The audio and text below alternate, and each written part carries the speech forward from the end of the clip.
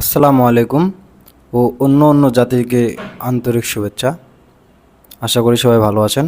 আমি কিছু কথা বলতে এসেছি রাজনৈতিকভাবে দেশকে নিয়ে। আমরা দেখেছিলাম 1971 মানে ইতিহাসে দেখেছিলাম, বাস্তবে দেখি নাই। 1971 সালে যে যুদ্ধটা হয়েছিল বাংলাদেশ আর পাকিস্তান, সেটা কিন্তু দেশের নেতাকর্মীদের কারণে হয়েছিল। দেশের সাধারণ জনগণ কিন্তু যুদ্ধ চায়নি, নেতাকর্মীরা উৎসাহিছে, সেই কারণে যুদ্ধ হয়েছিল। যুদ্ধ হওয়াতে ক্ষতিকার হয়েছে নেতাকর্মীদের? কখনোই না। নেতাকর্মীদের লাভ হয়েছে।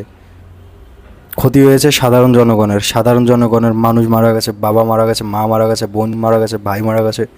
যুদ্ধ কখনো সমাধান হতে পারে না। যুদ্ধের পরে কি আমাদের বাংলাদেশ কি স্বাধীন ছিল? ছিল না। আওয়ামী লীগ সরকারের আমলে কখনোই ছিল না। বাক স্বাধীনতাও ছিল না কারো।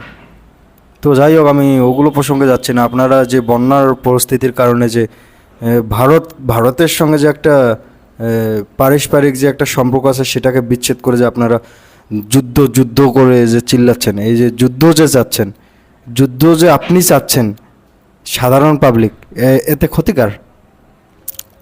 নিশ্চয় আপনার কোনো নেতাকর্মীর ক্ষতি হবে না, ক্ষতি হলে সাধারণ মানুষের ক্ষতি হবে। সো যুদ্ধ কখনোই সমাধান হতে পারে না। সমাধান করতে গেলে নিজেকে সমাধান করতে হবে।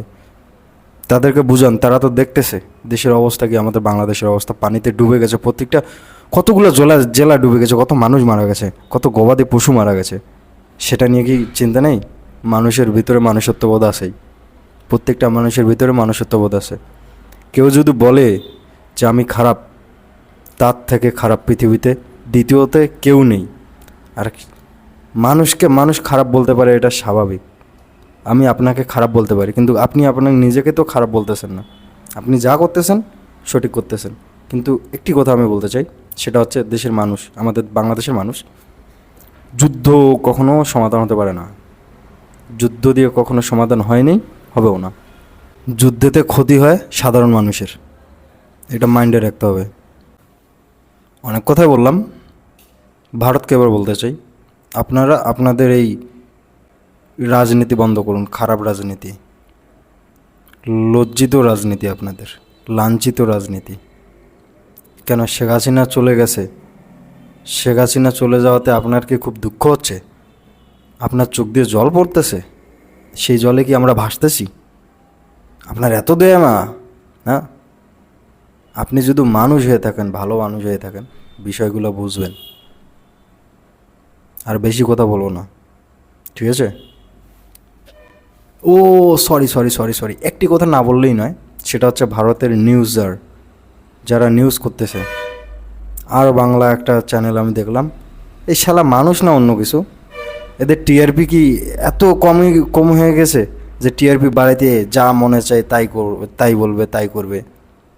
ভারতের সরকার কি দেখে না মুদির চোখে কি বাল গাজাইছে? এই মুদি বাল গামা, তুই দেখিস না তোর দেশে কিভাবে মানুষ কথা বলে, কিভাবে শালার প্রেজেন্টার হয়, কোন ধরনের প্রেজেন্টার?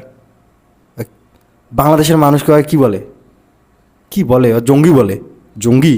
বোম দিয়ে উড়ে দিব ওকে, সাওয়া। নিউজ ভালো করে করতে বলবেন, বাজে বাজে নিউজ আমরা চাই না। ভালো যেটা সত্য কথা সেটা সত্য বলতে হবে, ঠিক আছে? এর বন্যা এই যে আমাদের দেশের মানুষকে ভাসাচ্ছেন, মানুষদেরকে মারতেছেন, এগুলোর দায়ভার কিন্তু আপনাদের নিতে হবে। মাইন্ডে রাখবেন বিষয়গুলো।